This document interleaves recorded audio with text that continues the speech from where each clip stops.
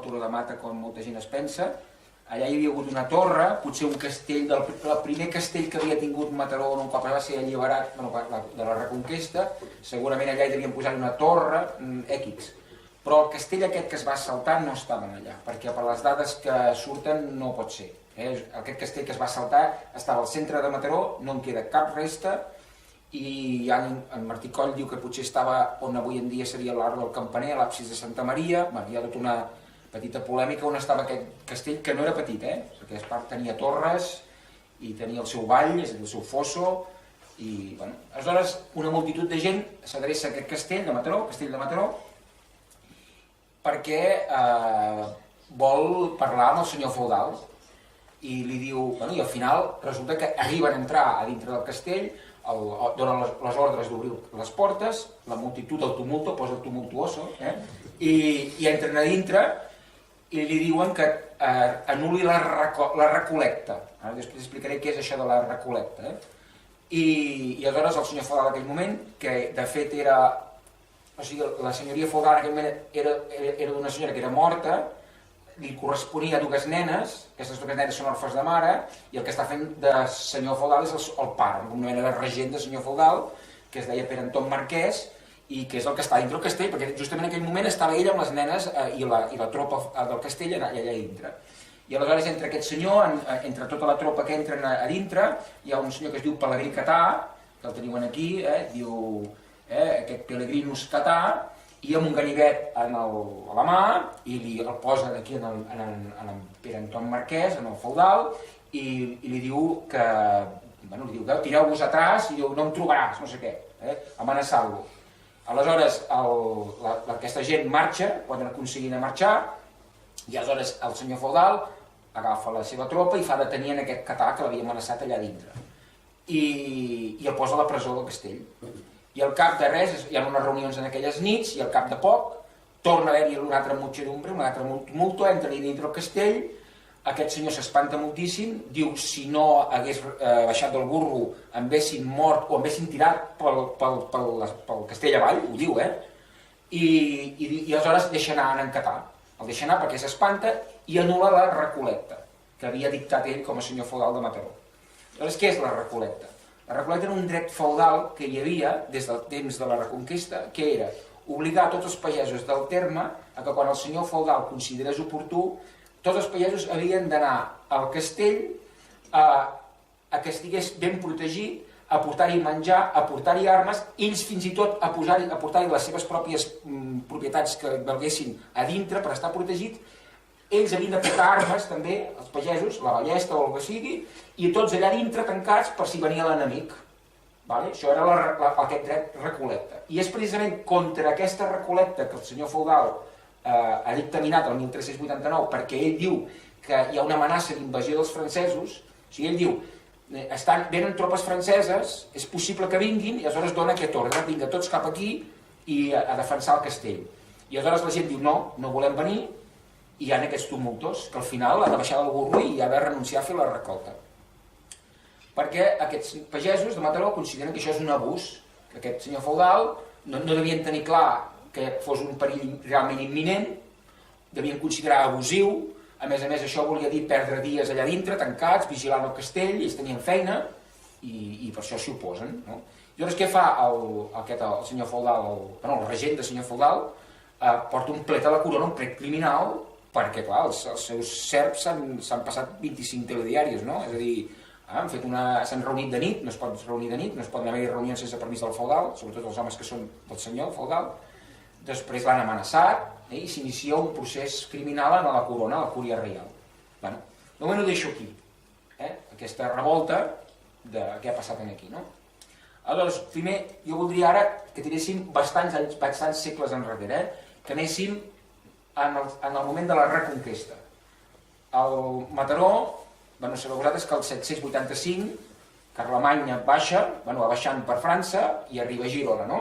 L'alliberament de Girona és el 785, aleshores es crea el comtat de Girona, que hem de suposar que hauria tenir no és de suposar, no, sabem que el comtat de Girona té la forma més o menys del bisbat de Girona actual. Per tant, hem de suposar que aquest límit on es devien parar, diguem-ne, és aquí Caldetes, no és broma. És a dir, Arenys és bisbat de Girona. Per tant, hem de suposar que aquesta zona va ser alliberada el 785.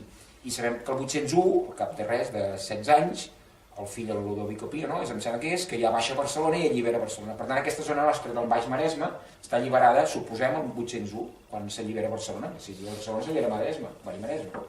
Aleshores, hi ha un procés que se'n diu, una paraula una mica estranya, que se'n diu castralització, amb R, castralització, de castrum. Castrum és castell. I què és això? Això és la manera que tenen en aquest moment de controlar el territori és dividir-lo en termes de castells, és a dir, fer un terme i aleshores aquí posar-hi un castell.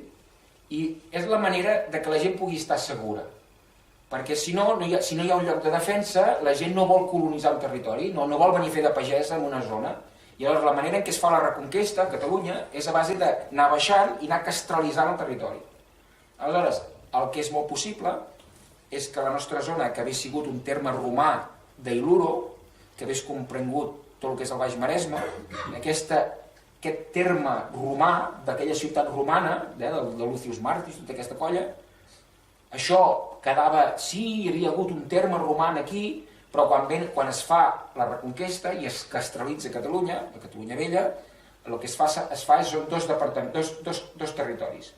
La zona de Mataró, Llavaneres, Sant Vicenç i Caldetes, això es fa un terme i es posa un castell, que hem d'entendre que seria el que està al dalt del Turonet de Mata, en allà. I després, Premiàs, Argentones, Vilassars, se'n fa un altre i es posa el castell de Borriac. Nosaltres no hem depengut mai de Borriac, en aquest moment de la reconquesta. Aleshores tenim en el nostre espai més immediat, hi ha aquests dos, es castralitza en forma de dividir l'antic terme de l'Arona en dos. Hi ha qui diu que potser, això ho diu en Xavier Alarcón, diu potser Ciutat Freta és ciutat partida, també no sé si vostè ho ha estudiat, tot això del Freta, no? La quadrada, no? Que potser és que van dividir aquest terme de l'Arona i consideraven que aquell antic terme de Cívites va quedar partit. La qüestió és que va quedar partit, això sí que ho sabem, perquè el terme de Mataró, amb el seu castell, i el terme del que és Borriac, que aquest castell no es deia de Borriac, la gent li deia el castell de Sant Vicenç, tots coneguts per nosaltres com a Borriac, però en els documents sempre surt el castell de Sant Vicenç, i el feudal allà era el senyor de Sant Vicenç, perquè allà hi havia la capella de Sant Vicenç. Encara avui en dia, per Sant Vicenç, la gent de Cabrera fa la festa major d'hivern, encara queda el record de la capella de dalt. Bueno, ja tenim dos feudals aquí. Aleshores, quin és els tractes? Què són els tractes amb el senyor feudal? El feudalisme no és absurd, ni molt menys, ni molt menys. Això és l'oeste, hi ha els índios per aquí baix, perdoneu-me, o sigui, hi ha els àrabs allà baix, nosaltres som els americans, no? Que estem aquí i això és perillós, això és frontera. I pot haver-hi incursions, i a veure què és el maco que fa de pagès aquí. Doncs aleshores el que s'ha de fer és fer un castell, i ara he posat aquest d'aquí perquè es conserva bastant bé. Aquest és el castell de Farners, el de dalt. Això és una vista aèria, es conserva tal com era, i era això que fan els pagesos en aquest castell. És el senyor feudal, que és un senyor que el comte ha enviat aquí com el seu governador, que és el que ha de governar aquest territori castralitzat, aquest territori. I aleshores el que fan amb els pagesos és construeixen un castell que no deixa de ser una torre d'un homenatge, amb 4 parets, per si passa algú, tots cap aquí. I aleshores, obligacions. El senyor feudal ha de defensar a la gent i ha d'organitzar la defensa si venen gent de fora a molestar. I els pagesos han d'obeir i creure en el senyor feudal i tots cap aquí per defensar-se. Per tant, el senyor feudal té una funció social, que és la de protecció. Ara, clar, això té un gasto. Aquí hi ha d'haver una tropa, la canalla famosa, no? I aleshores, què passa? Que els hi posen uns drets fiscals, és a dir, uns impostos que acaben sent 2 gallines per Nadal, un sac de llenties per no sé què. Bueno, són els drets feudals que els pagesos han de pagar al senyor feudal per mantenir ell, la seva família, la seva tropa i el castell, i que els camins estiguin nets, i la seva funció de vigilància i protecció. Això té sentit en el segle VIII i IX i X, quan hi ha perill de frontera, i bueno, tothom paga perquè és com pagues el que t'està protegint. I el senyor feudal ja ha de deixar-hi la pell aquí, és a dir, ha de lluitar i ha d'estar fort perquè ha de defensar els seus. Bueno, tot això funciona perquè té un sentit. Bueno, però què passa amb el temps? Pues que la frontera cada vegada és més lluny, arriba un moment que ja no hi ha frontera, perquè bueno, la reconquesta va baixant, els territoris es pacifiquen, però el senyor feudal va cobrant aquests drets feudals. Vale?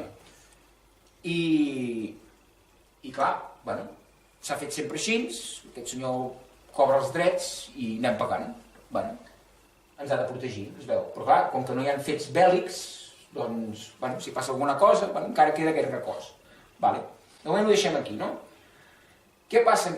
Fixeu-vos una cosa, el comte ha delegat en aquest governador aquestes funcions com policial-militars, no? Vale.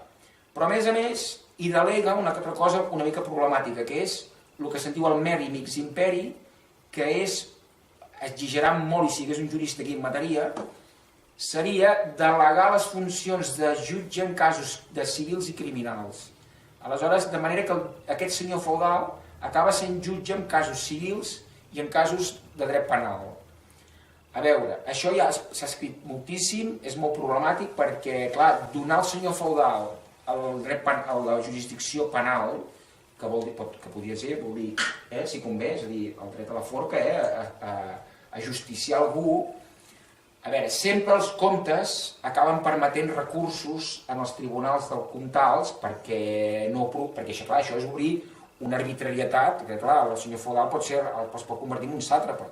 I aleshores, més o menys amb el mer imperi, que és el criminal, acaben els pagesos podent apel·lar als tribunals reials. Però amb el mix, que és el de multes, aquí no. I està clar què passava, que hi havia molts abusos, perquè imagineu-vos, tu eres un pagès de Mataró i passava alguna cosa, un plet amb algú, i t'havia de jutjar el teu senyor feudal. I si el senyor feudal era part amb el tema? Clar, era juez i parte, no? Era jutge i era part. Clar, què passa? La gent no volia aquests tribunals, volia tribunals reials perquè eren més professionalitzats i eren més neutres. I per tant aquesta jurisdicció baronal dels senyors barons sempre va ser molt mal portada per part dels pagesos. Però és el que hi ha. Després, un altre tema molt important, com es colonitza el territori? Ja hem dit això de la castralització, però el dia a dia, com el pagès hi va? Aleshores, el pagès a l'Oe era aquell que baixava d'Occitània d'on fos, o que ja hi vivien aquí, i el seu mas era seu. Era seu, ja està. És un home propi, allò com els aluers. Aleshores, aquest pagès depenia una cosa. Aquest senyor feudal, si us hi fixeu, el que està fent són funcions que hauria de fer, avui en dia fa l'Estat, no? En aquell moment era el comte, per tant el que fa són funcions delegades d'una autoritat superior. Per tant està actuant com en funcions públiques sobre el territori. Aleshores, aquest pagès lliure ha d'obeir aquest senyor feudal, perquè és l'autoritat. Li fa pagar els impostos aquests.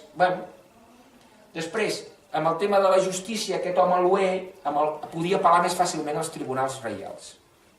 Aquest encara el salvem. Però el senyor feudal, quan se l'envien aquí, el primer, a que custodiï i protegeixi aquest terme, a més se li dona un lot molt important de terres. I aleshores aquest senyor feudal el que ha de fer és que aquestes terres estiguin explotades i no anirà pas ella a fer de pagès. I aleshores el que fa és hi posa pagesos com una mena de colonos que explotin aquelles terres que són del castell. I aquest és el siervo de la gleba, el remensa. Perquè clar, aquest senyor ja no és un propietari lliure, és que l'han posat com un masover, un masover que explota... Dic masover perquè ens entenguem, i explota aquesta finca que li donen i ell es fa de pagès en allà. Clar, aquest ha de pagar més coses que l'anterior. L'altre paga impostos en el senyor feudal perquè és l'autoritat. Aquest també, perquè el té com a autoritat, però a més li ha de pagar una part de la collita perquè a més és el seu amo de la terra. Per tant, aquest paga... Però clar, imagineu-vos, aquest senyor feudal ja són tres coses per aquest pobre pagès. És la seva autoritat judicial, és el seu senyor feudal i per tant el seu protector, I a més és el seu amo de la terra. Per tant, li està passant impostos, però no són impostos. En aquest cas seria com si fos un lloguer, no? Però amb espècie. Correcte? Per tant, això que els medievalistes es tornen bojos, perquè, clar, hi ha tanta diferència d'estatus entre la gent, és això. Clar, aquest pagès ho passa... Cuidado, aquest és el Renença. Fins aquí, no? Vale. Aleshores, això és com es comunitza el territori nostre. Per tant, aquí hi ha pagesos, no lliures, a l'oest que en diuen, i pagesos remenses, que són aquests que han estat establerts, que es diu pel senyor feudal, en aquesta terra. A vegades passa que una terra és d'un monestir. Per exemple, aquí al terme de Mataró hi havia moltes terres que eren del monestir de Sant Cugat. Aleshores, què feia un monestir de Sant Cugat? Agafava una part d'aquesta terra i posava un pagès, i llavors aquest en deia un home d'església, que no vol dir un capellà, sinó era un pagès que, clar, com que està llaurant una terra que és de Sant Cugat, el seu senyor de sobre és l'abat de Sant Cugat. Però, clar, aquest depèn, per unes coses depèn de l'abat de Sant Cugat, que és el propietari de la terra, propietari, el domini útil, i directe i tot això, i per altres coses del senyor feudal, perquè és el seu governador militar de la zona, no? Vale. Aleshores, arribem a una de les coses més típiques de quan s'estudia això, que és el problema de què és el feudalisme, en el fons. Hi ha la qüestió de ho llegeixo perquè és heretabilitat, és a dir, tot això es fa hereditari. A veure, quan amb un el feien entès en Franco, governador civil d'Àvila, això no passava al seu fill i al net. Podien treure, posar, com entès els romans, destinaven a una província i quan convenia canviaven i posaven una altra, no? Però el problema que hi ha en aquesta època és que tot està tan... les autoritats comtals i reials són tan febles que no poden tenir un sistema tan àgil, i el problema que hi ha és que el fill d'aquest senyor feudal, de Farners, acaba heredant del seu pare, però ho hereda tot, hereda el governador militar, les terres, tot, i aquí és on neixen l'aristocràcia, els nobles, que van heredant de pares a fills, com si això fos... O sigui, el que fan és una privatització i patrimonialització de tota una cosa que són funcions públiques en la seva família, i ja tenim aquí tots els barons i baronets i tot el que hi ha de... Clar, perquè van heredant. Però que, cuidado, és que el Remença fa igual. Aquest pagès que va ser establert en les terres del castell, el seu fill també hereda aquest mas. Però no és una propietat total, sinó el dret a poder cultivar aquest mas i que ningú el faci fora. I això passar-ho al seu fill i al seu net. Per tant, el senyor feudal tampoc no el pot fer fora. O sigui, el propi senyor feudal, que ell s'ha patrimonialitzat al castell, no pot fer fora el seu pagès en allà, perquè això va passant de pares a fills, que això és la història, no? De la història de Catalunya, clar, per això la gent no es movia, i a més, què era la remença? La remença és que, a més, que el senyor feudal no et podia fer fora, ni tu ni els teus successors, és que tampoc tu no podies marxar. És a dir, tu havies de quedar-te'n allà, i allò ho havies de passar al teu fill i al teu net. I això és la famosa remença, que és aquesta mena d'adscripció a la terra que no pot sortir, cosa que a Rússia va durar fins al 1800 no sé què, l'avi o besavi del Nicolai II va abolir-ho això, 1800 això, vull dir que l'invent va durar una estona, va durar temps. Això és el marc que tenim aquí, no? Aleshores, ara passaríem al que dic, l'erosió del sentit del pacte fiscal, que ja hem dit abans. I hi ha pau. I què fa el senyor feudal? Va cobrant i va mantenir el castell, però com que no hi ha guerres, I llavors passa una cosa, que hi ha algunes d'aquestes nissagues que s'extingeixen per falta de fills o inclús per deutes. Per exemple, la nissaga de Sant Vicenç d'aquí d'Argentona, de Borriac, hi ha un moment que es mor un i està tan endeutat que ningú vol l'herència i la posen a la venda. I llavors, per tant, el senyoriu passa a la venda.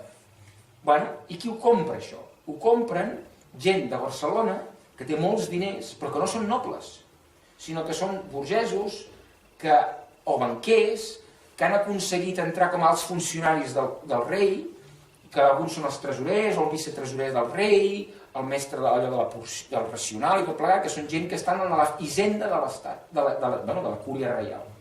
I llavors aquesta gent tenen molts diners i el que fan és comprar una castellania. O sigui, compren una jurisdicció. Però ara fixeu-vos el canvi de sentit que agafa el feudalisme. O sigui, jo obeïa al meu senyor feudal perquè era el que se jugava la pell per mi si hi havia problemes. I a més és que anar a la guerra era l'élite la que anava, Jo anava allà a ajudar-lo, però l'espasa era ell.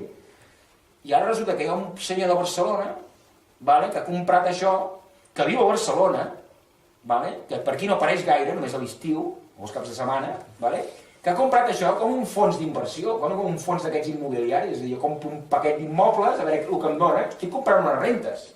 El que està fent és adelantar el mateix allò que compren les finques de Barcelona, aquests fondos que venen de les 30 i compren una illa de casa i tot plegat, doncs això, que compraven la jurisdicció del Castell de Mataró o del Castell de Sant Vicenç de Borriac. Bueno, legal ho era. Aleshores, per exemple, el 1302, la senyora feudal de Mataró, que era Guillaume de Montcada, venent els Castellvell, però després va parar els Montcada, es ven la castellania de Mataró, el castell de Mataró, se'l ven amb un senyor que es diu se la ven, cuidado, en Guillem de Sant Vicenç, que de moment és el senyor feudal de Borriac. Ja hi ha hagut un canvi de senyor feudal, però encara es mou dintre de l'aristocràcia. Però resulta que el 1339, al cap de molt poc, aquest Guillem de Sant Vicenç, que ja en vida ja s'ha de vendre la jurisdicció que acaba de comprar per deutes, aquest és el que quan es morirà s'haurà de vendre la de Borriac. Ara ho torno a explicar, això. Se la ven per 145.000 sous aquest Arnald Ballester, que és ciutadà de Barcelona i escrivà del Racional, és a dir, està treballant a la hisenda del rei. O sigui, és un senyor amb molts diners que fa això que us acabo de dir, és a dir, comprar la castellania de Mataró per obtenir aquestes rentes del senyor feudal. Al cap de molt poc, del 1344, aquest Ballester es ven la castellania amb un senyor que es diu Arcadi de Talant per 220.000 sous, és a dir, la va comprar per 145.000 i se la ven per 220.000. Extraordinari, no? O sigui, ja Wall Street. Clar, no fan això aquests fondos que venen a Barcelona, no compren una llei de casa, no sé què, a veure, pim-pam, pam, i ho trec de sobre i clar, és el que ha fet. Però bueno, aquest Arcadi de Talant el té, després el ven amb un altre, que era un tio que era de Sardenya, aquests els jutges d'Arbòria, acaben tenint el terme comprant-ho, i ara fixeu-vos, aquest la compra per 200.000, aquest ha perdut, ha tingut una minusvàlua de 20.000 sous. I la té, i al final, al cap de molt poc, el 1366, se la ven i la compra en Pere de Margens. Qui és en Pere de Margens? En Pere de Margens és un senyor que viu a Barcelona, que el 1360 és un mesurador oficial de les mesures d'oli, però que resulta que al cap de molt poc és sotstresorer del rei, després, el 1367, escriptor Procionis Domini Regis, és a dir, està treballant en l'inventari del patrimoni reial, també és comptable, però dels jefes de l'autor que gasta el rei, és un alt funcionari. I aquest senyor compra la castellania de Mataró per 6.500 lliures, que són 130.000 sous. És a dir, aquest últim, que estava a 220 i pico mil, i aquest la compra per 130.000. Per tant, aquí hi ha algú que ha deixat les dents, no? I clar, de 220.000 la ven a 130.000, però què ha passat aquí? Que clar, va tenir tanta mala sort que el 1348, a mig camí, va venir la peste negra. I la peste negra què passa? Que se'ns endú la meitat dels pobladors de Catalunya. Catalunya va perdre la meitat de la gent, poca broma. Llavors, per què aquesta castellania perd tant de valor? Perquè se li ha mort la meitat de la població, potser exagero, però una tercera part, un 30-40% de la població. I està clar que aquestes castellanies, amb menys gent, rendeixen menys. Clar, llavors què passava? El que l'havia comprat de cara, l'invent se li ha escatxarrat. I llavors que hi ha aquí un Pere de Marges que diu, mira, la compro barata i me la quedo jo. Però resulta que per aquí apareix el rei amb una política nova, que és intentar veure si alguna cosa d'aquestes per alguna jo la pogués tenir, el rei, i el que fa és, en aquest de 220 i pico mil, li compra, però com que no té diners, demana un préstec i la ven en aquest Pere de Marges. És a dir, aquí al mig apareix el rei que durant un moment té la castellania. La compra i la ven. Però ell no ho fa per tenir guany, O sigui, la devia ja comprar barata, és a dir, a 130.000, i de seguida li passa en marges. Perquè el rei no té els diners aquests. És a dir, els té perquè li han deixat un préstec, però se l'ha de vendre de seguida perquè els diners no es té, perquè els reis de Catalunya, pobrets, no tenien ni un duro. Depenien del famós subsidi de les Corts. Aleshores, què passa aquí? El rei, en el contracte aquest, fa posar una clàusula que diu, que és allò de la famosa carta de gràcia, que és, si algun dia jo tinc diners, te la puc recomprar. És a dir, aquest Pere de Marges va comprar una castellania que hi havia una clàusula que posava que si un dia el rei tenia diners, el rei podia recomprar-la. Mira, si hi ha sort i la monarquia té diners, doncs podrà recuperar aquesta jurisdicció. Però com que no en tenien, doncs això anaven passant els temps. Bueno, tot això, què passa aquí? Doncs que, mira, us poso un exemple. A Borriac, Argentona, tot el que és la Vilassar, Esparminyàs, Argentona, el que és la castell de Borriac, el 1300, aquest Guillem de Sant Vicenç es mor endeutat, això va a venda i ho compra un altre funcionari, que se'n diu aquest en Desbosc, que aquests són els Desbosc que han arribat fins al dia d'avui. El castell de Vilassar, que és l'herència del de Borriac, és a dir, com que allò està massa amunt, construeixen el de baix, són dels ascendents dels Desbosc, que ara ja la família propietària ve d'aquesta gent. Aleshores, aquests Desbosc qui són? Uns burgesos enriquits, els funcionaris, el mateix, tresorers, escrivans de la ració, és a dir, són en part comercials, banquers, que deixen diners al rei, però que també li fan de comptables, del que són aquests funcionaris reials. I aleshores aquest, veient l'oportunitat de negoci, pam, veient que aquella jurisdicció d'Argentona, de Borriac, es posa a la venda, pam, la compren. Per tant, ja tenim la de Mataró i la de Borriac en mans de dos alts funcionaris reials, que no són nobles. I ara ve una cosa molt divertida. Resulta que aleshores feien l'acte d'homenatge. Què és l'acte d'homenatge? El nou senyor feudal arribava al seu feu i llavors havien de fer, posar-se de genolls, és a dir, tu em seràs fidel, allò que heu vist en les pel·lícules, l'acte d'homenatge, és que és veritat. Bueno, i va passant tothom allà, tothom, sí, vale, sí, molt bé. I arriba el castlà d'Argentona, de Dosrius, perdona, de Borriac. I el castlà què és? El castlà és el senyor que s'encarrega de la custòdia física del castell de Borriac. És a dir, és el tio responsable del... Ell sí que està allà, el castlà. I el castlà és cavaller. I aleshores el castlà diu, no, jo no puc fer un acte d'homenatge. Diu, home, per què no? Perquè jo sóc cavaller. I vostè no. Vostè què és? Un tio molta pasta. Però vostè no és cavaller. I aleshores l'altre li diu, no, tu ets un subordinat meu, tu m'has de fer acte de batxillerat. I aquell li diu que no, que és que jo sóc cavaller i vostè no, vostè és un tio que té molts quartos, però vostè no és cavaller, vostè no està en el món aristocràtic. I li posa un plet. O sigui, el castlà li posa un plet al seu senyor. I llavors és molt bonic perquè diu, quin és el per quin motiu? Per minva de senyor. Minvar, clar, perquè havien minvat el senyor. Per minva de senyor. És a dir, que és un... Hi ha un procés, I aleshores, clar, què fa en Desbosc? Aleshores, compra un títol a Barcelona perquè d'igual a igual i aleshores l'altre pugui anar allò, Però veieu com ha canviat tot això. Això ja no és allò del castell de Farners, del senyor feudal, que amb la seva vida defensa tal i qual. No. Això és un tio que viu a Barcelona, perquè tota aquesta gent viu a Barcelona.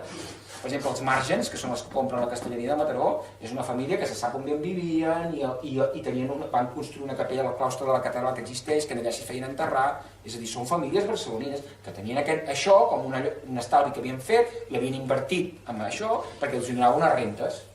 Vale. Però clar, ara poseu-vos en la pell dels pagesos. Bueno, a veure, I anem pagant, Anem pagant uns tios que no són nobles, que venen de Barcelona, que no s'estan anant aquí i que quin actiu ens aporten. Perquè aquests què aporten aquí? I no n'hi ha prou aquí, encara hi ha una altra cosa. En aquest moment neix el sometent. En aquest moment deien el sacramental. I què és el sacramental, el sometent? Era una milícia de pagesos que es podien armar perquè tenien el permís per anar a lluitar contra bandolers i malfactors. És a dir, quan hi havia uns bandolers, aleshores els pagesos tenien permís per haver els soamatents, amb el corn, allò, so amatent, doncs a reunir-se tots de cop, tenien permís d'armes, i aleshores per anar a perseguir els bandolers. Això és l'origen del sometent, institució supercatalana. Però els nobles diuen, els que sou colons d'aquells de les meves terres específiques, no l'Alué, el de la meva terra, aquest no. De tal manera que el pagès remensa no pot ser del sometent. Perquè el senyor feudal té por, aquí gent organitzada amb armes, no? I aleshores qui podia ser sometent? El pagès Alué, aquest que no... I els pagesos que depenien de l'Església. L'Església es deixava ser del sometent. I ara, per què ho explico això? Perquè què feia el sometent? Lluitar contra els bandolers, no? I contra els perills. Però que no ho havia de fer el seu feudal, això? Que no era feina seva. O sigui, els pagesos han de fer una cosa i s'han d'organitzar per fer una funció, perquè clar, aleshores la pregunta és, el senyor feudal què? O sigui, aquest senyor cobra, nosaltres li paguem les rentes, les gallines i el que sigui, i què? I resulta que ens hem d'autodefensar nosaltres amb una milícia, que ens hem de mobilitzar contra els bandolers? No, això és una... No? Escolta, això li correspon al senyor feudal, no ve a ser com una mena de policia exèrcit, doncs li toca amb ell, no? Clar, això és un qüestionament total de la funció del senyor feudal. Llavors, clar, tot això, fixeu-vos, no estan al territori, viuen a Barcelona, apareixen per aquí, jo dic els caps de setmana, però és broma, vull dir, els estius, no és broma, això de l'estiu, els estius venen a parar la mà, quan hi ha problemes no hi són, i a més, això del castlà d'Argentona, no? I a més dius, bueno, i vostè qui és? No? I dir, vostè va fer molts quartos amb el rei, i vés a saber com, no? Clar, tot això es va erosionant el sentit original d'aquesta relació pagès-senyor, Vale. Aleshores, jo us he posat aquesta fotografia aquí, si això me deixa fer-ho, aquí, mireu, a dalt he posat Farners, no? A la dreta i a l'esquerra, tal com és el castell de Farners i com, bueno, tal. I ara aquest de baix és el castell de Vilassar. El castell de Vilassar és que allà dalt de Borriac s'ha de pujar molt pendent, no? I aleshores el senyor feudal, que ja és aquest en desbós, hi havia hagut una torre, i és la torre una torreta, hi havia, aquí ho tenim, aquesta torreta hi és, ja hi era. I llavors què fa els desbós? Bueno, doncs es munten una mena de castell, però ja no és un castell això és un palau, això, un palauet, no? La torre de l'estiu, de passar l'estiu, no? I aleshores, bueno, doncs aquí el teniu, és a dir, això ja, sí, és un castell, vale, però, no és allò d'allà dalt, del Borriac. Bueno, però us en recordeu qui havia de construir el castell? Els pagesos, no? I quan el senyor feudal havia tocava el pito, tothom a construir el castell i a vigilar-lo i... O sigui que els pagesos havien de fer el castell en els desbosc. Bueno, cuidado, no? Aleshores, tot això, a més, passa durant el segle XIV, en què hi ha, ara això perdoneu-me però si algun abogat això segur que ho ha estudiat, tot es descobreix o es torna a aprofundir sobre el codi aquest civil de Justinià i aleshores a través d'Europa, no, total, hi ha com una redescoberta de lo que significa que qui és la font del dret i que aquesta font del dret ha de ser el rei o l'emperador. És a dir, hi ha com una consciència de que això de tantes lleis disperses per tot el territori, això no pot ser. I llavors quan veuen el Codi de Dret Civil de Justinià i clar, l'emperador va fer aquest codi, tothom feia servir aquest codi, clar, la gent li diu, home, això és ordre i cosa civilitzada, no? Una sola legislació que emana de l'emperador, no?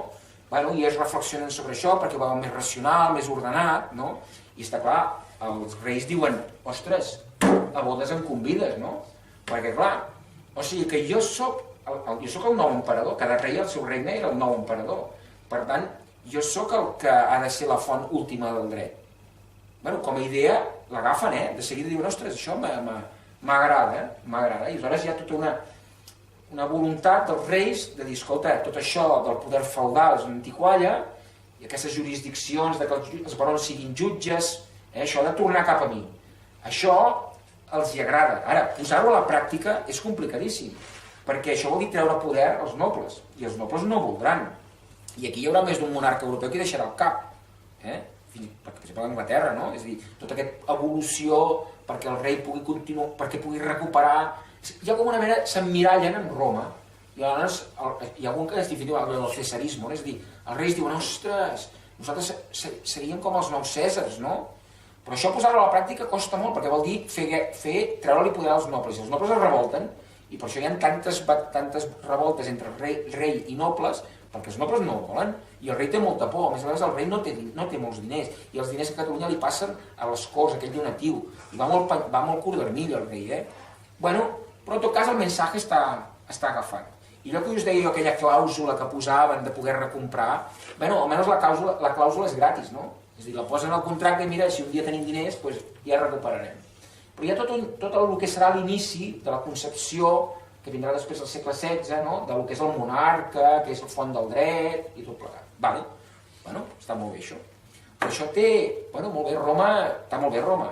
Però Roma és una arma de dos talls, Perquè, clar, Roma és república i Roma és imperi. I els reis què fan? Se'ls hi cau la bava mirant als emperadors. Però què passa? Que les ciutats diuen, se'ls hi cau la bava en la república. No? I diuen, oh, Roma republicana, quan la gent es trobava i feien aquelles assemblees, no? Que podien votar, perquè hi havia eleccions en temps de la república, els comicios censuriados,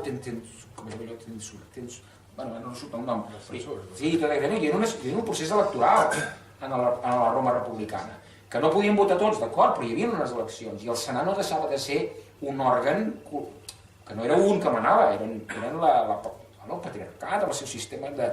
una cosa més col·legiada. Està clar, això també dius, ostres, o sigui, la gent es pot autogovernar, no? Clar, això és erosionar el poder baronal, però no per la banda del rei, sinó per la banda de la gent. Bueno, ja hi havia aquest soroll, no? De teoria política que anava amenaçant el que la noblesa havia anat fins aleshores, i sobretot aquesta noblesa nova que té els peus de fang, no? Perquè, clar, això està... Bueno, aleshores, aquí arriba la pesta negra que ja us havia dit. Tot això està passant en el moment en què apareix la pesta negra, que la pesta negra no és només un episodi, és un episodi recurrent de pestes que deixarà Europa però destrossada. Catalunya perdrà la meitat de la població, que no és cuidador, o sigui, eliminar la meitat de la població amb una aquesta de pestes i pestes encadenades que van destrossant el territori. Bueno, és un drama demogràfic. Aleshores, què passa aquí? El que sobreviu, els pagesos que sobreviuen, perdoneu que em posi en plan... És un factor escàs, són pocs, no? I aleshores què fan els pagesos que sobreviuen? Volen anar a les millors terres. Per tant, jo si soc remensa i em toca aquest ditxós cul de món d'aquest mas que no em puc sortir-ne, i en aquell mas d'allà, que està al pla i és més bo, i s'ha mort la família que hi ha allà, jo vull anar allà, perquè allà la terra dona més fruit. A més, l'amo d'allà, el senyor feudal d'allà, que s'ha quedat sense pagesos, m'està esperant així, vine, perquè necessito treballadors per treballar això, però jo no puc sortir d'aquell mas d'allà dalt. Per què? Perquè com que hi ha la remensa, no em deixa marxar. Llavors què passa? Els pagesos el que volen és marxar i trencar la remensa, i fugir dels seus masos d'origen, aquells que tenen més facilitat per millorar les seves condicions de vida.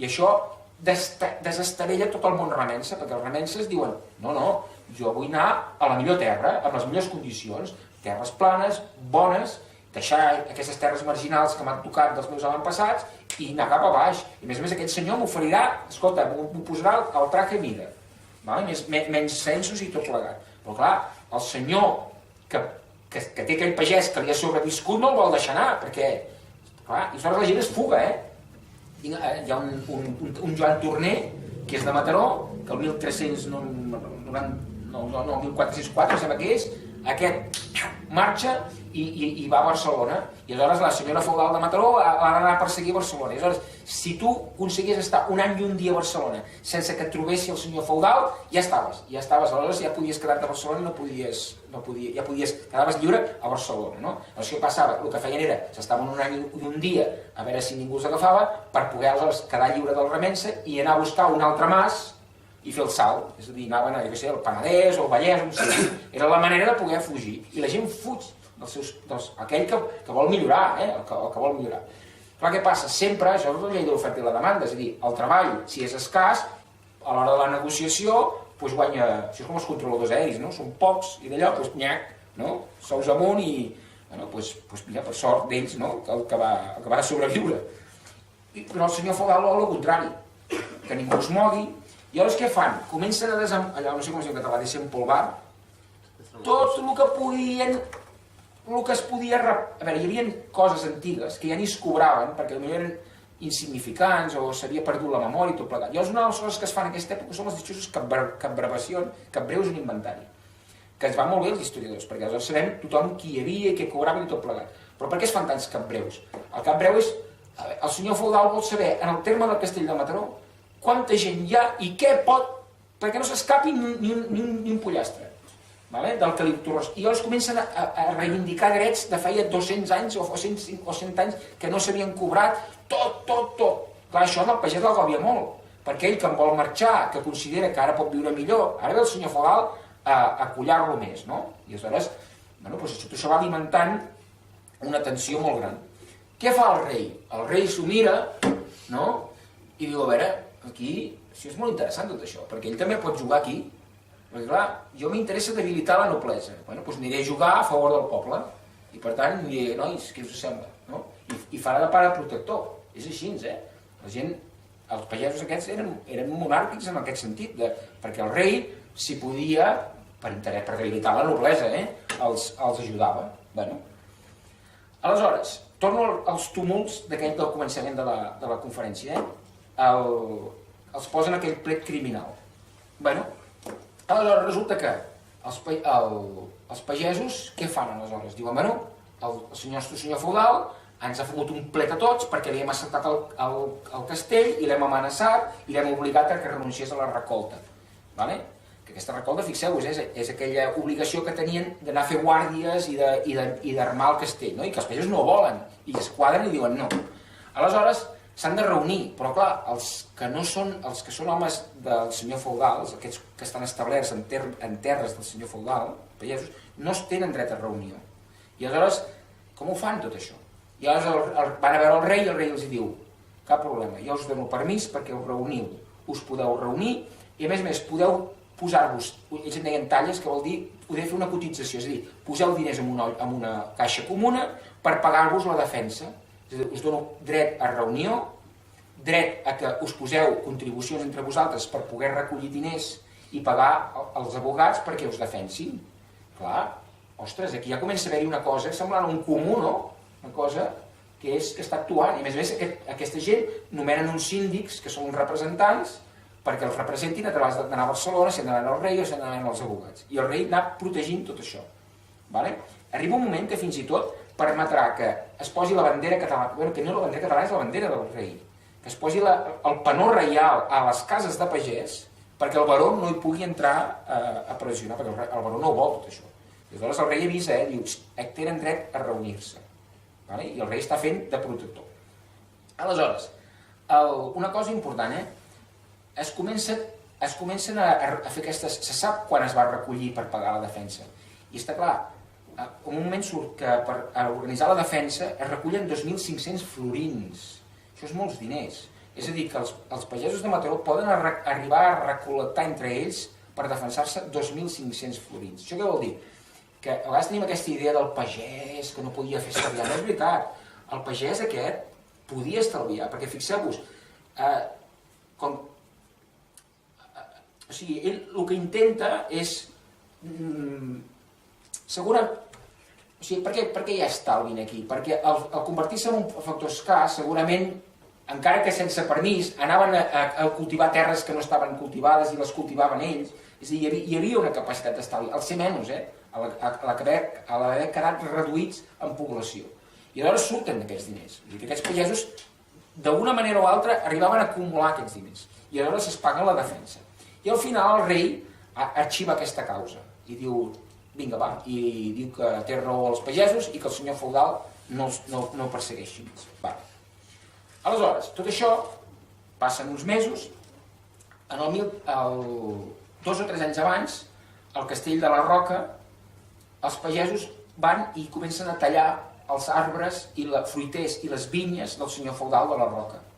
Cuidado, també un altre tumult a tallar. I el 1413 passa al castell de Llinars, que és allà al Far, que és la banda el primitiu estava allà dalt, doncs també el mateix, comencen a tallar arbres fruiters, vinyes, a destrossar molins i propietats del senyor feudal d'allà. O sigui que anem veient com aquests pagesos cada vegada tenen menys manies i s'organitzen i comencen a atacar els béns del senyor feudal. Jo crec que això era per dir-los a veure si toqueu dos, no? És a dir, si ens deixeu de tocar la pera i marxeu, no? Bueno. I aleshores arriba una cosa que jo crec que no se sap ben bé si era l'any 1414, 15 o 16, però era el dia de Dijous Sant, resulta que hi ha un tumulto, no?, que es presenta davant del castell d'aquest de Mataró i entren a dintre i el cremen. Però és que diu la crònica que aquest castell va estar 8 dies cremant. Per tant, no devia ser un castell petit.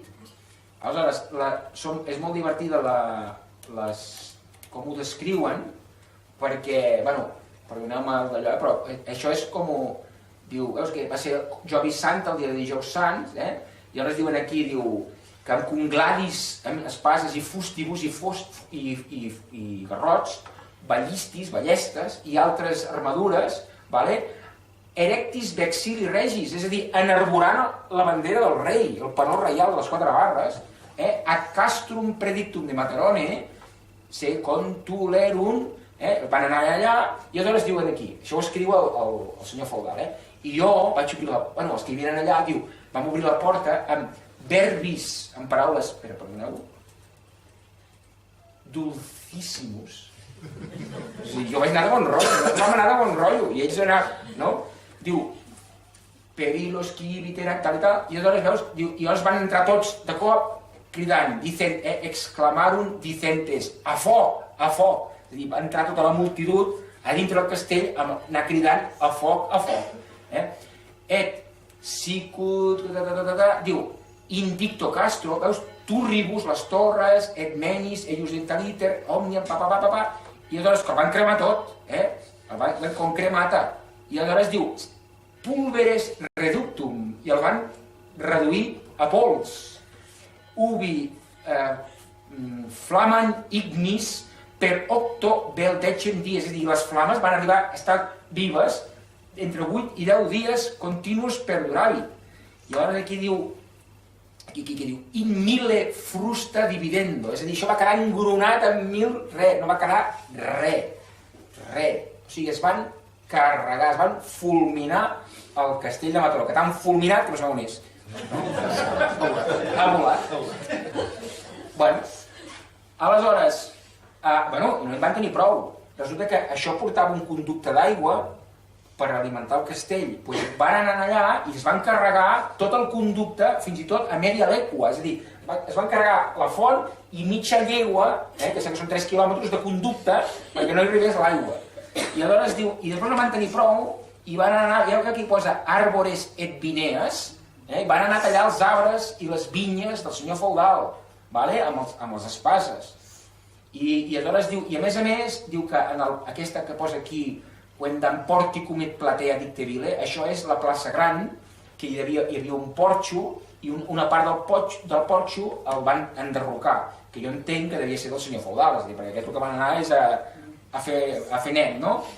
I clar, tot això amb un grande damnum, un gran dany i perjudici de dites nenes, perquè a les hereves eren 2 nenes, que no estava actuant de tutor al pare, correcte? Bueno, i per què tot això? És a dir, per què? Doncs faig una hipòtesi basada en la tesi que en Joaquim Graupera ho explica per Vilassar, i crec que la cosa és per aquí. Aquí què va passar és el següent. Jo crec, el senyor feudal estava desempolvant tots els drets habidos i por haver. I aleshores començava a dir, escolta, hi ha uns dies l'any, un dia al mes, o 2 o 3, 5, 10 dies l'any que heu de venir a llaurar les terres, com s'havia fet feia 500 anys. És a dir, tots els mals usos habidos i por haver els recupera. I com que un és el de construir el castell, jo crec que el que passava és que aquest castell, el senyor feudal se'l va muntar com a Vilassar i se'l va muntar avisant els de Mataró que li fessin el castell. Perquè a Vilassar, que devien ser més bonminyons que nosaltres, la gent es queixa moltíssim, els pagesos de Vilassar es queixen moltíssim, i que no, però què passa? Que, clar, segons el dret feudal, tenien l'obligació de fer-ho. I fins i tot demanen, però el menjar, almenys que el senyor feudal ens el dongui. I aleshores el senyor feudal diu, no, heu de venir menjats de casa. I, bueno, i els de Vilassar li fan el castell. Jo crec que a Mataró devia passar el mateix. És a dir, si els d'Esbosc es fan el xalet, no? Que és el castell de Vilassar, els màrgens es devien muntar aquest castell desaparegut amb el suor dels pagesos de per aquí. I com que en devia estar fins al gorro d'haver anat fent jornals els caps de setmana o quan sigui durant l'any per fer-li el castell, a la que no van poder més li van aniquilar. I que crec que deu ser la... perquè tot això passa al mateix moment, és que tots els anys són els mateixos, els de Vilassar van ser més bona gent, més bons minyons, van baixar el cap i van fer el castell, i es queixaven molt però no van arribar més, i els de Mataró van anar a saco i li van cremar el palauet, perquè això en el fons eren palauets per aquesta època, no? Bueno, aleshores el senyor feudal se'n va al rei desesperat i diu, mira què m'han fet, no? I aleshores demana de poder posar uns impostos perquè amb aquests impostos reconstruir el castell, no?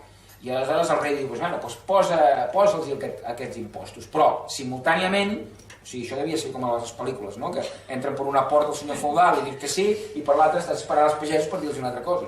I aleshores els pagesos diuen, escolta una cosa, això ha de passar a la corona, però jo no tinc quartos, m'ha d'ajudar. I aleshores diuen, a veure, aquests marges, per quan van comprar el senyoriu? 6.500 florins. Que tenim allò de la carta de gràcia que podem recomprar? Doncs fem-ho.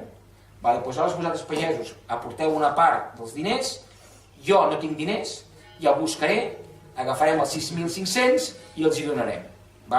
Com que aquest no ho volia sentir ni de res, aquesta recompra, fan una cosa que és molt divertida, que és, hi ha la taula de Barcelona, el Banc de Barcelona, d'aquella època medieval, i aleshores li consignen els diners allà a la taula i diuen, escolta, els has de venir a cobrar.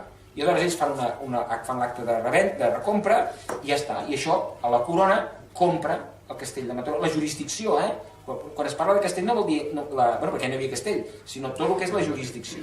I llavors el rei com ho fa per posar la seva part? Quan hi havia corts, les corts li passaven el donatiu. Aleshores, qui era l'agència que... O sigui, com es recaptaven els impostos a Catalunya, els generals? D'aquí hi havia Generalitat. La Generalitat era l'encarregada de cobrar els impostos generals de Catalunya. Aquests diners els donava a les corts i aleshores les corts una part li donaven al rei per la seva manutenció. I llavors el rei diu, bueno, doncs d'aquest donatiu que estic pendent de que me'l doneu, com que me l'ha donat el general, li diuen a la Generalitat, escolta, doncs els altres lliures que d'això me les pagues, els hi pagues aquí, els poses a la caixa per comprar el castell de Mataró, a cuenta del que m'has de donar que no m'acabes de donar mai, no? Doncs li col·loca a la Generalitat, i la Generalitat és el que posa els quartos, però que de fet un dia o altre havien de venir al rei. I d'aquesta manera la jurisdicció passa a la corona. Bueno, això va ser a l'any 1419, és a dir, l'any que ve en farà 600. I això no és tonteria. Per què? Perquè mireu, i llavors al cap de molt poc temps, d'unes setmanes, hi ha corts a Sant Cugat i el rei fa un capítol de corts en el qual diu tot això, és a dir, Mataró passa a ser de la corona. Aleshores, què vol dir ser de la corona? Primer, una cosa, mira, folclòrica, o bueno, no folclòrica, heràldica, que és que en l'escut de la ciutat es poden posar les 4 barres.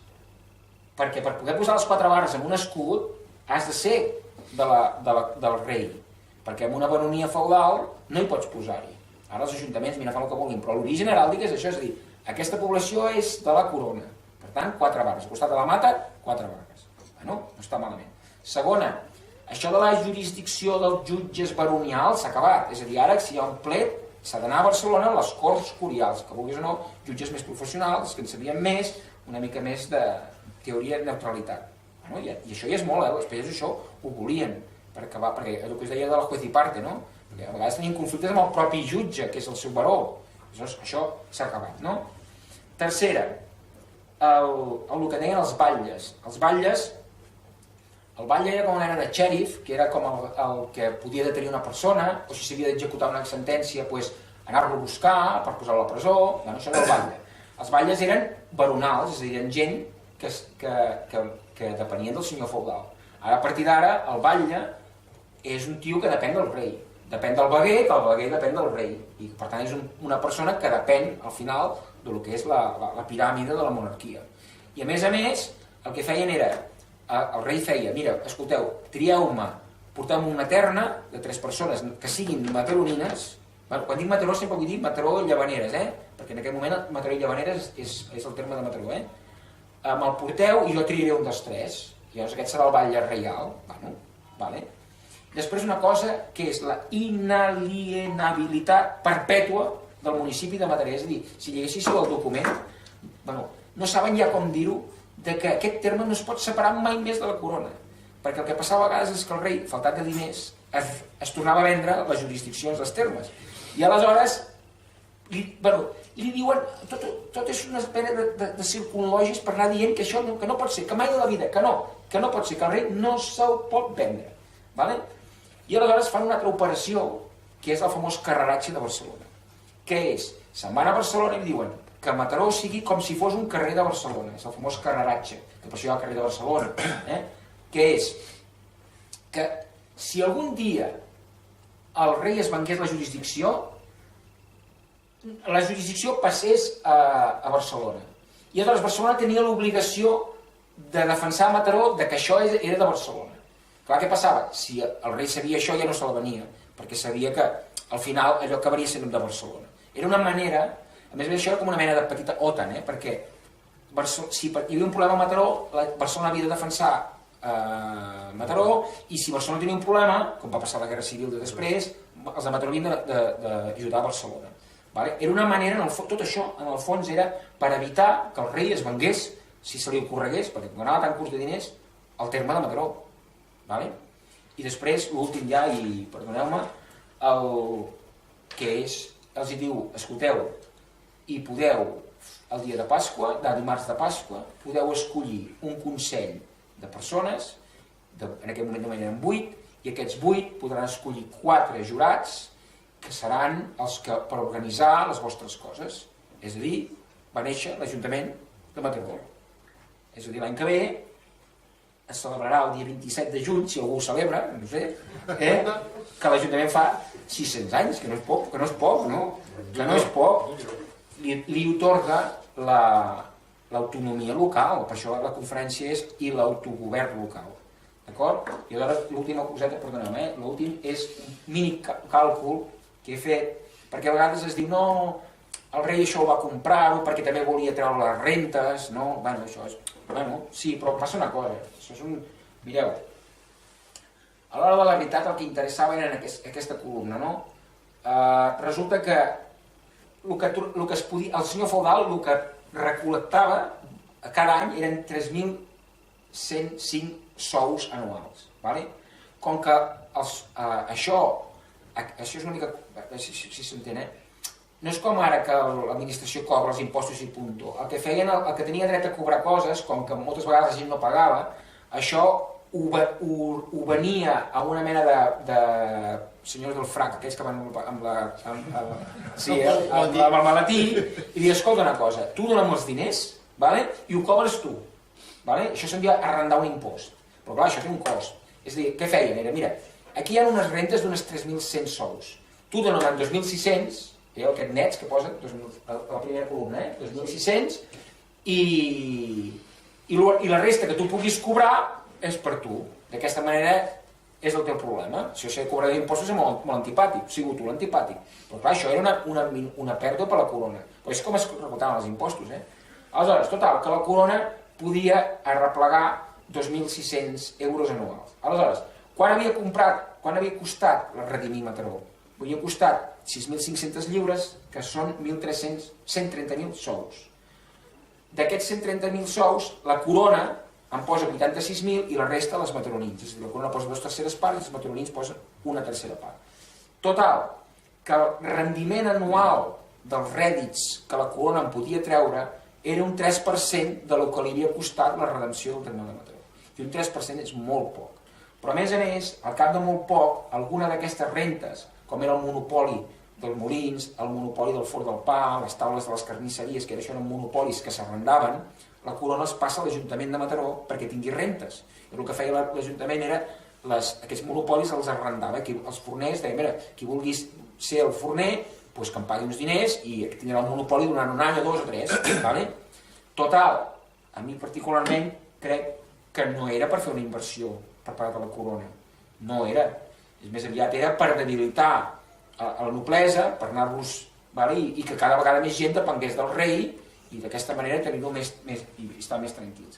I per part dels pagesos, perquè cada vegada hi ha més consciència de la dignitat del que ells eren. És a dir, ells mateixos diuen, escolta, nosaltres no som porqueria humana, i aleshores hi ha aquesta cosa de... Això entra molt...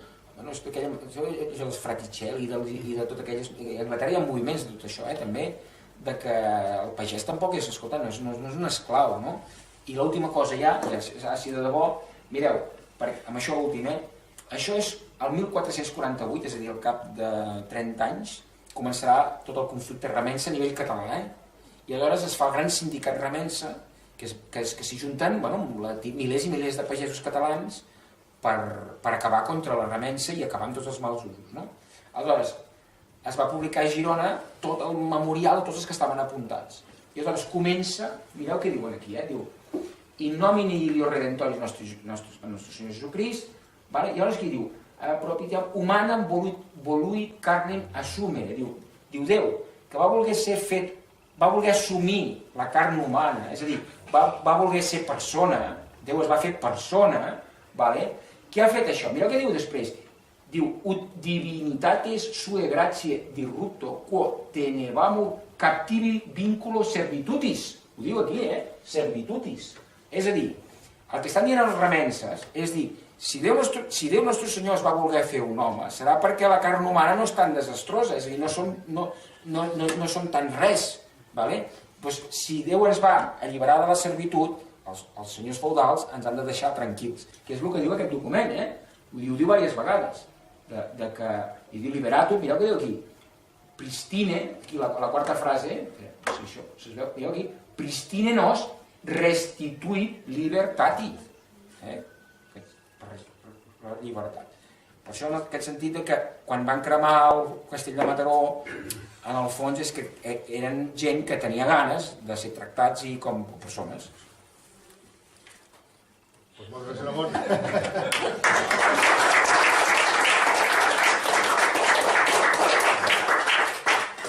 Ramon, perquè s'has dit que d'on venen els sindicats, l'he sortit per allà per l'aula, i que jo no sabia que s'havia fundat ja la OCU en aquell moment, no? L'associació de consumidors, que posen diners, que busquen un advocat, i que tenen allò, la OCU no és tan moderna. No, la gent s'espavilava. Això ve d'aquí, no? S'espavilava. Moltes gràcies. Alguna pregunta? Jo tinc dues preguntes.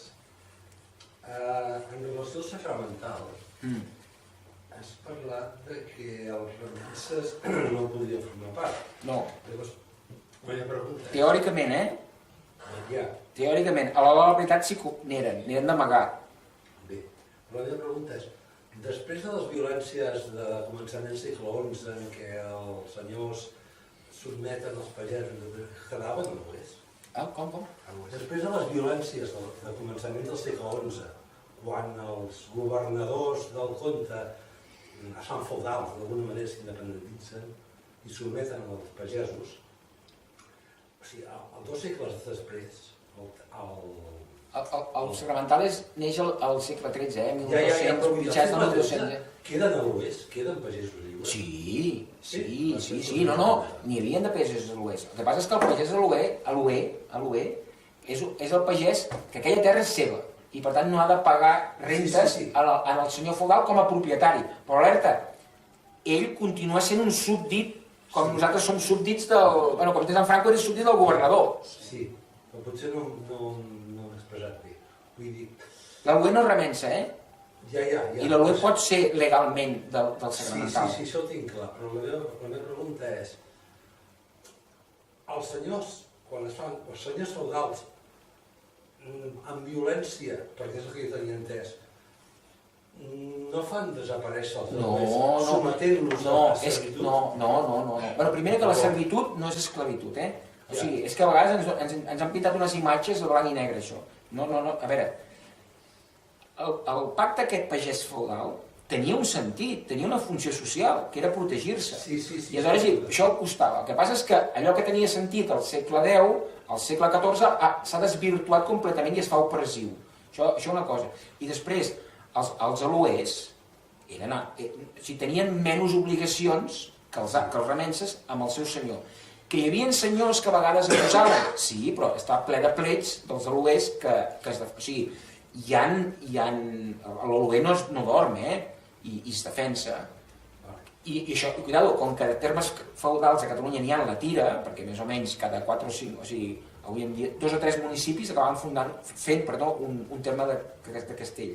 Segur que trobaríem senyors feudals que es passaven moltíssim i intentaven collar l'aloer, i en trobaríem d'altres que no. Vull dir que no, una mica cada castell era un món a part, però n'hi havia de pagesos aloers. Sí.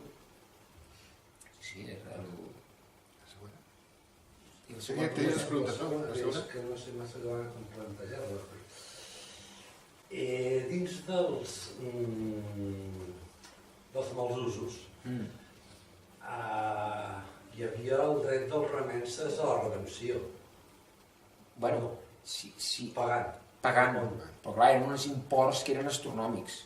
I aleshores sí que teòricament hi era, però clar, eren tants diners que el pagès no els tenia.